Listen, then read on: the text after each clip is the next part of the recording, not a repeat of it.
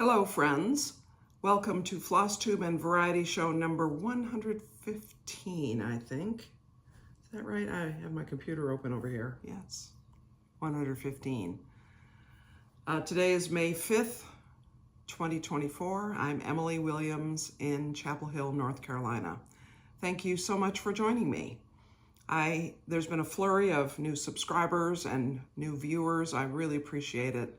And I hope you will continue to find things of interest on this channel. And for all of you who are returning, I'd love to have you come back, and I like interacting in the comments. One thing that I'm gonna do, so Flosstube means cross stitch primarily, also other embroidery topics. Today it's just cross stitch, I'm pretty sure. And variety show means something else. And today, it's going to be kind of a variety show, but I will tell you some things that at our weekend Queen City Sampler Guild workshop with Nicola Parkman in the variety show portion. So let me just get more comfortable in my chair. Okay. One matter of housekeeping. Well, two matters. One is that thank you so much for those of you who have taken an interest or checked out the link for the workshop that Leslie and I are giving in October in Leroy, New York. Schoolgirl Samplers of Western New York, Jane Boyer, 1834. You've watched me over the past couple of months stitch the model for that sampler. There are some special projects that Leslie is working on related to the sampler and to Jane Boyer, which you'll receive and learn about if you attend the workshop, retreat, stitching day, whatever you want to call it. The link for that is in the description field if you want to learn more about it and register. And even if you aren't interested in registering, I do encourage you actually to read the description, because Leslie wrote it and it makes me want to attend, even though I'm already attending. So, and I think that we are going to be offering something that's a little bit unique in that it's not just a sampler and a girl's history, but we are going to be meeting in the church that she attended, which is on, right down the street from where she lived. Her sampler, the antique, is hanging in the Leroy house, which is just half a block away, and we'll be visiting there. So it's very much a where her feet trod kind of experience. So, and Leslie just captures it so beautifully in what she wrote. Anyway, that's first piece of housekeeping, is the link is below. The second is, because of that link being there, one of you viewers used it to, in a circuitous way, reach out to me by email, because not everybody wants to leave a comment in the public forum on a video, and not everybody uses Instagram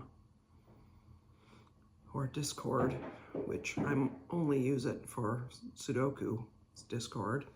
And so what I am going to do, I hope I remember, is to put an email in the description field also where you can reach me. So those are two pieces of housekeeping. If you would rather do that than leave a comment, that would be wonderful. And thank you. Thank you to you, viewer, who reached out to me that way, and for all of your thoughtful comments. Okay, Flosstube part, cross stitch. I worked on, so it's been 2 weeks since I recorded a video. In that time, I had 7 days I was gone, 6 days, I guess. So my stitching was not in the normal pattern, but I did work on Hannah Campbell, 1838, Hands Across the Sea. I'm really eager to, so it's funny because having finished Jane Boyer, I kind of missed the over one. So I did a couple of the capital letters, and I did some of the small letters, and I carried out and finished that cartouche. And I'm working on the red little doodads that stick off the sides of it. And I'm carrying the top border over. I just love this. This is I'm stitching this on 36 count ballet slippers by Fox and Rabbit using the Soie d'Argent silks with 103s for the over 1. Under the roof of blue Ionian weather. Some of you may not even know that I am working on this because I don't think I've shown it in a video since February. But I am working on it, and I've started picking it up regularly in the past few weeks. And so in some ways, this is a whip parade item because I'm not gonna, it's so hard for me to, so it's about this big. And it's about 60% done. I think that was it, or 61. And I've been working down in this area, these marble steps, and you can just begin to see the different way this is working, the marble steps right down here, this square cutout where this table is going to be. Now, I have said this a million times, but I haven't said anything since February, so hopefully you'll forgive me. It's hard for me to show this if I haven't done a huge amount because it's so much gray and different shades of gray and cream and greens in that marble, and the most of it is marble. And I'm trying to work on it now using the method that I learned from Sarah of Sarah's Stitchy Spot, which she learned from somebody, of 2 threads a day. And at 2 threads a day, I will stitch 80 or so stitches. I'm gonna show this again because it's so hard to see anything with that. And so I'm here, whoops, here-ish. I need to make my way there. If I were to do 80 stitches a day, 6 days a week, I would finish it pretty easily by the end of 2025. So that's my goal, is to finish it by then. Some sections of it, I can't do 80 stitches a day. I can't even really do 2 threads a day because there's so much confetti.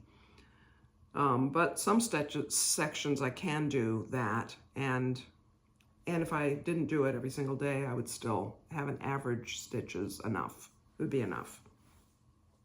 So that's one of my 2 full coverage pieces. You haven't seen the other one for an age either. A. Robson 1897 is the sampler that's here. This is the pillow that I already did. I did that last year. This was the project for the Great British Sampler Weekend last fall, Hands Across the Sea samplers. And I finished it. I finished it Monday evening. I haven't ironed it. So I really like these red and green colors and the red and green letters. I think the bands that separate the different lines of letters are especially interesting. And this is 36 count Woodsmoke Tabby Cat linens with 2 colors of Soie d'Argent, which is, the details of that are in the description field. So my plan for this is to, well, at least mount it, at least pin it. So, and iron it and pin it to make it nice and firm, flat, and maybe frame it. I kind of like to frame it. If I could frame it fairly inexpensively, it could go along with Eliza Stringer H6, which you can just barely see right there, which is pinned and not framed.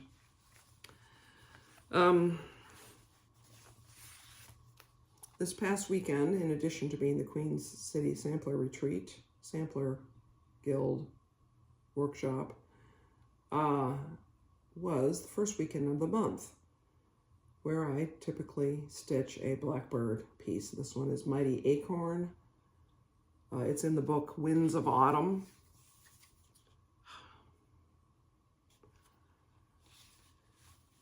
Oh, let me get this out of the way. I'm not going to put it away. I'm just going to move it aside. And I was in a hotel room when I was working on this. So what I did is I finished, what did I do? I finished putting all the little reddish leaves on that tree, and I made that star thing that's sticking up above the roof of the house. So I finished the roof of the house and the chimneys. And then I put the outline of that squirrel there, and so now it just needs to be filled in with its color. And so that wasn't a ton of work because I only worked on it 2 days. I think technically it was Monday and Tuesday, so not even the weekend. But I might break the rule because I enjoy this and I want to make more progress on it. I want to get up to the point where those big leaves on the top, you know, I have made this branch. I want to make this branch. I want to put the rest of the words in, make this branch and these big leaves and finish up the border. And I just want to finish it because I like it. So I might break the rule and work on it more than just waiting till the first weekend of June. We'll see. Sampler 193.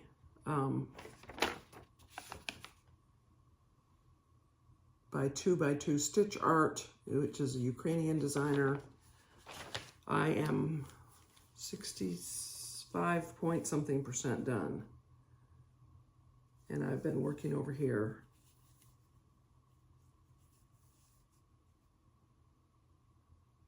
And you know, it's interesting. I wonder if I've changed orientation on that. I don't think so. Looking at the back.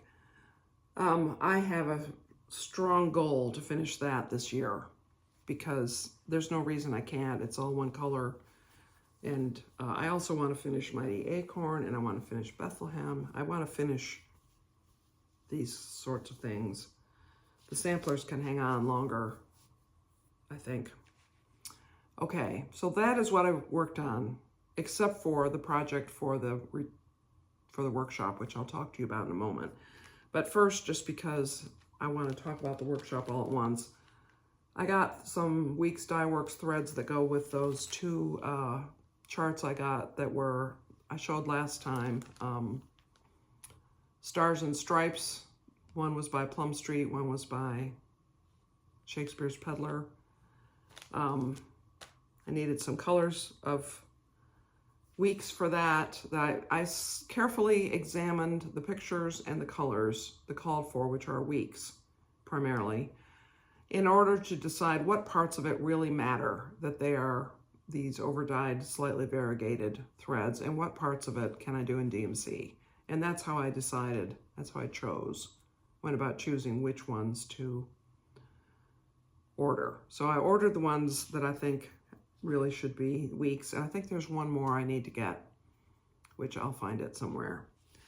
I had asked Leslie to pick up the Happiness is Homemade. This is from Needlework Market, Nashville.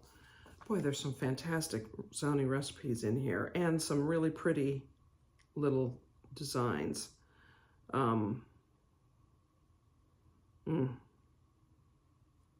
Very pretty. And of course, almost none of them has a picture I can't show you. And I can't show you the recipes because the designs are everywhere. This is fun though. I need to make a small, at least one, before Mrs. Parkman's School of Needlework, Academy of Needlework next fall, i.e. the Great British Sampler Weekend 2025. And I'm gonna choose something from there, I think. I think that will be fun. And there's some others in there that appeal to me that I will do for myself or as little gifts or whatever. I have seen people show this on their Flosstube. a billion times. This is Seasons of the Heart by Brenda Gervais with a needle. And they're not that big. How big are they? 110 by 75 approximately. They have nice little borders. They're in nice little houses. Seasonal. I don't have any seasonal things that are the same type of thing over and over. This one is 107 by 77. They're all about like that. And then there's instructions about how to make the little labels if you want to, and the labels are provided here. You would cut them out and do something with them. I'm not sure I would make the labels. I might just extend the borders. You know, there's no stitching behind there. You could just take this border and keep it going. So I could do that. Or I could put the label on it. I don't know. But I just thought I like Brenda Gervais. These are sort of mediums. I would call them mediums. They're not samplers. They're just pretty little things. Now they do call for DMC Weeks, Gentle Arts, and Classic Colorworks. All of them call for a mixture. And some of them I have because I have them from other projects. You know, that's the thing. Once you do some projects with these specialty threads, you end up having them. And I think I would make the same careful selections that I made for Stars and Stripes. I would choose which colors I really had to do in the variegated thread and which ones I wouldn't. So anyway, I bought that because, you know, I'm insane is why I bought it. So that is the end of the stitching I've been working on and the sort of normal cross-stitchy things. But now we're going to talk about Queen City Sampler Guild, Margaret Hutton workshop with Nicola Parkman. So this is the chart. And I love that it's branded, you know, it says Queen City Sampler Guild, a workshop for Queen City Sampler Guild. And we learned a ton from Nicola, a ton. I mean, she gave some talks about the history of samplers and Scottish samplers and that kind of thing. And she taught us the specialty stitches that are in here. And if you've watched her videos, you know that she has described her way of teaching. She does not stand in front of the room and teach these stitches. She has made a little video of herself teaching them, so you can actually see her needle going up and down. Whoops, I didn't put that on Do Not Disturb, so there might be noises. You can see her needle going up and down. You can see which path she's taking. You can see what her stitch actually looks like. And the videos are available by QR code, so if you want to be reminded about how to do the four-sided stitch, you can point your phone at that QR code or however you access QR codes on your computer and watch it as many times as you want for a year. So the specialty stitches, this is, I'm going to open the thing because I don't remember what some of these are called. But you know, she has very good charts that show the, you know, numbered where your needle goes up and down. So this first one, well, so first of all, she showed us the pin stitch, which she showed a little bit different way about it. That was interesting to me. I don't really like the pin stitch. I like the away waist knot or the buried waist knot. You know, there's a couple different ways to do that. Or just starting my thread by running it under neighboring stitches. Those are mostly what I do. But anyway, this is called the alternating double back stitch. And the beauty of that stitch right there is it is fully reversible, truly reversible. And it's such a pretty little thing. You know, there's that solid section and then the section with the gaps, solid gaps. And the solid section is the stitch, what the stitch looks like when you have the what I'll call the gaps on the back.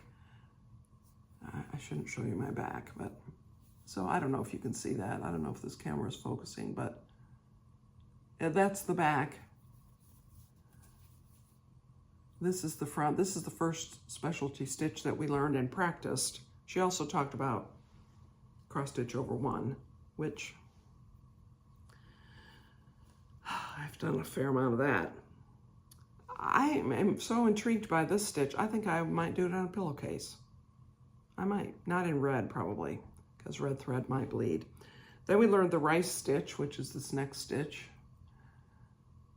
That one is not fully reversible.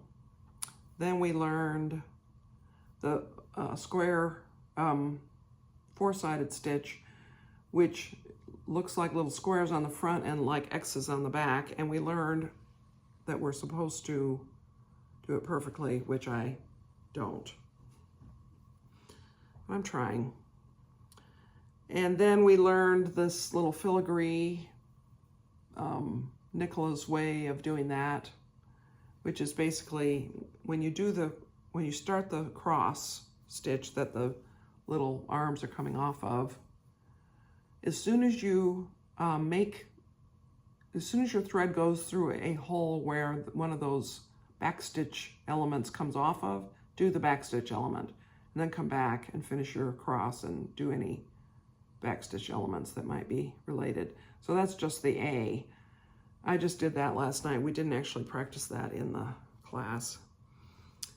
Then we learned the eyelet, which I did eyelet for the very first time on Winter Rose Manor. And having done it in this class, I realized I did it a little bit wrong, but not too wrong. This is also a fully reversible stitch if you're careful. So it looks like eyelet on the back. And then finally, and I'm not that careful, we learned the queen stitch. Now this is queen stitch over 4 threads on 36 count linen. And in the sampler, there's a little doohickey pyramid, sort of a double pyramid of them here, here. And then this vertical thing has queen stitches are its flowers. And because I wasn't using a stand, it was actually hard for me to get the tension right on this, even though I did have it in a hoop.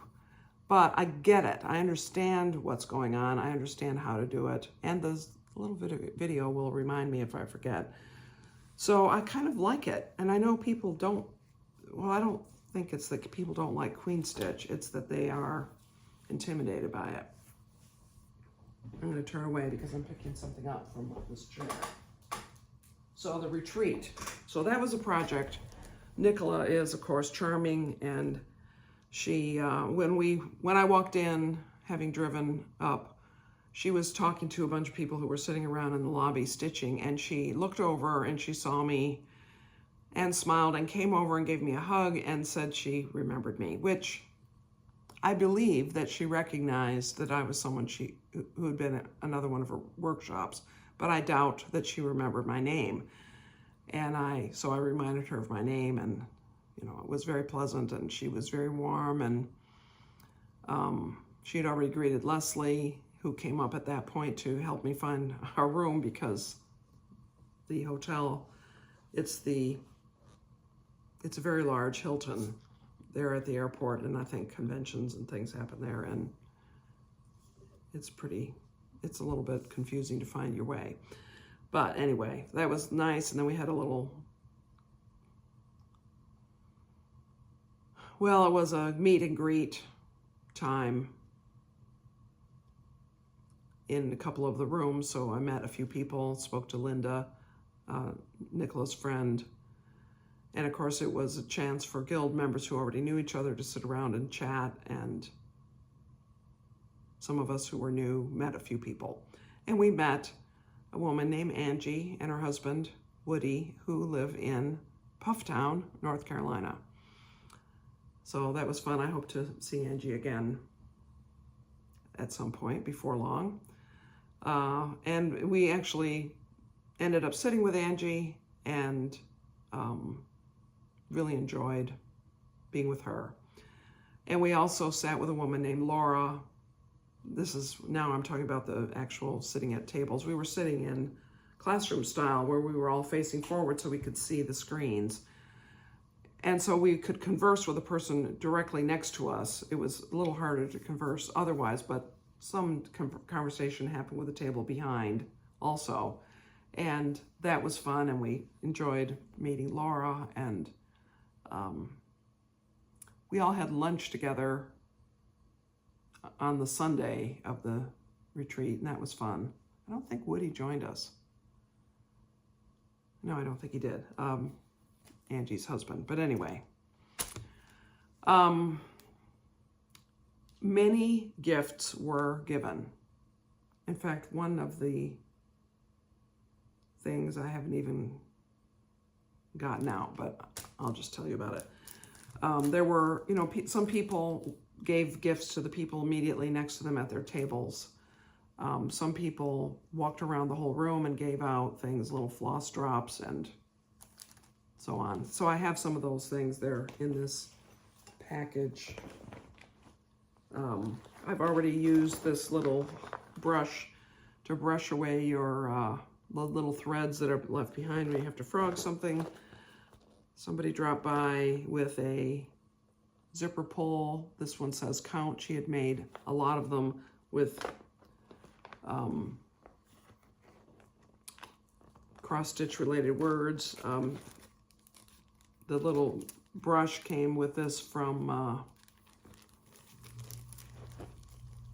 somebody whose name I recognize, but I don't know these people. Karen Combs. I don't even know who the famous people are necessarily. Leslie gave out a few packets of this lovely chenille. I really like that. I've never used it, and I have some things upstairs that I want to make. One gal came by with, that's Laura right there, with these very cool things. So these are library cards, Barbara Matchek, that sort of modeled, I think, on Lori Holt's ones, where she has this little whole library card system that she puts these deals on the backs of her samplers, or framed items, I should say. And it's a way for you to record the pattern name, the designer, stitched by, information about it, notes, and so on. And it's cute in these little deals, these little pockets. She made those herself. I mean, one can do that. So that is very cool. I think she gave out little bags with 4 of them and her business card, or her contact information, I should say. So nice. And it seems to me like there must be other things that perhaps are already floating into the working of my my actual cross stitch, because one does that. Pardon me while I have a sip.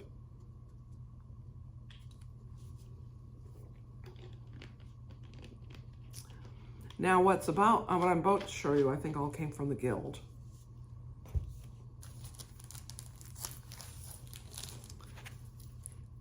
So remember, this is the sampler, Margaret Hutton. This project bag, oh my goodness. That's the sampler. It says, Queen City Sampler Guild, Mrs. Parkman's Academy of Needlework. Isn't that gorgeous fabric? And then on the inside, and then there's this little zipper pill with a crown. Queen City, beautiful inside fabric. I like it when the fabric on the inside is light colored, because it's easier to find your things in there. Just spectacular. Made of this same fabric, squishy needle book, Queen City Sampler Guild 2024. Little felt insert to put your needles in, and just gorgeous. This zipper pull, or no, scissor bling, that is the sampler. And then it has these charms on it. This is Queen City Sampler Guild. And then here's a flying pig, which I'm gonna have to do some research on the flying pig. And there's a heart and a crown, Queen City reference, and a little tag that says 2024. So beautiful. By the way, the project bag is made by Penny and Tunny.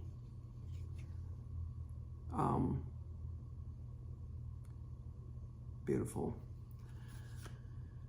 And now we may be into what Nicola gave. And this is in a shiny envelope, but you can see this is a glasses wiper. You know, this is the movement you make when you're cleaning your glasses with one of these, isn't it? This is Margaret Hutton, the sampler.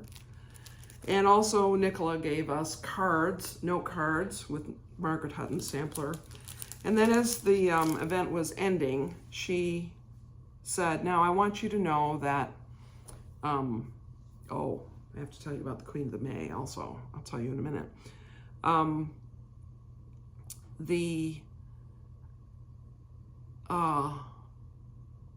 It's very common in Quaker samplers for them to make a token of love. And so this is a Quaker sampler made by Honora Maxwell in 1862. And it's just a sweet little sampler. It's not very big. It has 10 colors, I think. It's so funny because the booklet, so it's not a large sampler. What size is it? I don't know. It's not large. The booklet says, Honora was a minx when it came to counting, so there's two versions. One which is how she did it, which is all full of mistakes, and the other which has been regularized. And I think that's so fun. But what Nicola said is, I'm giving you this sampler as a gift from me, and it's a token of my commitment to help you stitch Margaret Hutton. And so if you have trouble, contact me. And she gave out how to do that, using the Hands Across the Sea website. And I will get in touch with you and try to help you with these specialty stitches in Margaret Hutton. Very nice. And anyway, that sort of I don't know, I may have missed some gifts. And I'm not trying to be comprehensive. But I met many lovely people in the guild. Maureen had made it a point to send me an email after I sent out the newsletter, which came out just a couple days before the weekend. And she then told Tiffany, the president, that she wanted to meet me and could Tiffany introduce us. And so that was so nice. She went out of her way twice to thank me for the newsletter. That was very encouraging. Yeah, so it was a very fun weekend. Leslie and I had a good time. We talked over our event that we're doing in October, and we talked over an event her husband's doing in December in Leroy that I'm gonna make a contribution toward of sewing. And, it was very fun. My driving by myself in our new car was fine, was fantastic. I like the car. The weather was pretty good. There was some rain on one of the days that I drove, but it was all fine. So that buoys my confidence that I can drive by myself on things like that. I used to drive by myself long trips. It's just been a long time, and with my eyesight, what it is, it was making me nervous. But I am having cataract surgery in July, so that will hopefully help things. Again, I'm sorry, another ding. Okay, so what else is going on? Let me just open up this note that I had made. Okay. yes. I don't know, many of you probably live in areas of the United States which are experiencing the summer seasonal cicada brood emergence. It happens that this year, the 17 and the 13-year cicadas, there's a large brood of 17 and a large brood of 13-year cicadas are coming out at the same time. And so some of you who live in Illinois, I think is the main state that has both of them, maybe also it's a little bit in Ohio, Indiana, up in that area. Some of you may be deafened by their sound.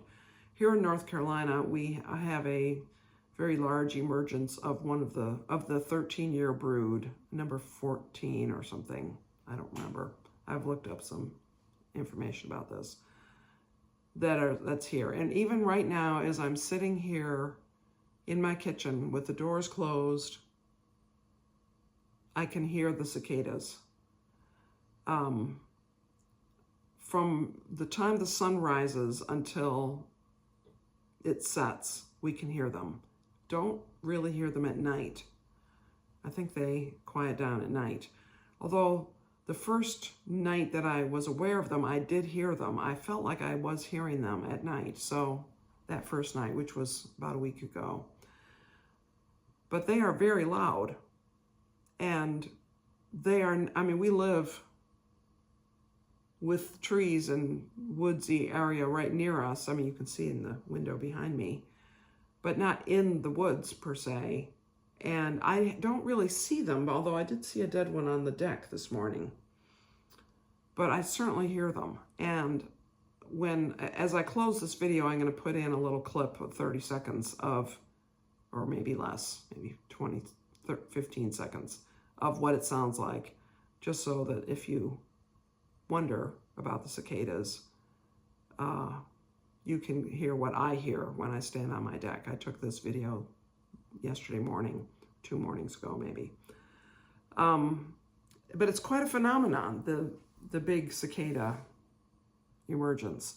A friend of mine said it's like, well, it's Cindy actually. I maybe shouldn't say it, because she might say it on a galloping horse video that we might be recording soon. I don't know. But anyway, it's quite a phenomenon. And from dawn till dusk, I hear it. If I'm outside, it's twice as loud. I did a little decibel check inside the house today with the cicadas, being able to hear the cicadas. The decibels in the house, just from the normal breathing of the house and, you know, my breathing and the refrigerator and possibly the air conditioner fan going, the decibels is around 32, 33, 34, something like that. Outside on the deck the other morning, it was 59. No, 59. In the cul-de-sac where Cindy lives, yesterday afternoon at the height of the heat, it was the hottest part of the day, so probably the most active part of the cicada day. It was just over 70 decibels in her cul-de-sac. It's amazing. But it's kind of, I mean, I don't mind it. If I had to work outdoors, it might bother me. It's a C sharp, by the way. That's the pitch. So anyway, I'm going to stick that, 15 to 30 second video. I'll figure out where to cut it in here as I'm about to close. So in the meantime, I hope you'll listen to it because it's a phenomenon. In the meantime, thank you for watching. Thanks for coming. I hope you found something of interest. And I appreciate those of you who have subscribed. That helps YouTube imagine that my videos are of interest, might be of interest to people if I have subscribers. It's so interesting, by the way, that occasionally I get recommended to watch my video by YouTube. I don't know. Thanks to Renewing Stitches, Amy, for a very generous mention on her video earlier this week or last week. And I enjoy watching y'all's videos. If you are a Flosstuber and want me to watch your video, I don't go searching because, I could spend 24 hours a day watching fascinating videos by all of you and all the other people and Sudoku and so forth. But if you have a YouTube channel, I'd be interested in knowing about it. Sudoku Grand Prix round 5 is this weekend. I'm probably going to do that this afternoon or tomorrow. I think that's everything. So I'll say goodbye and many blessings, friends, and stay on, and listen to the cicadas.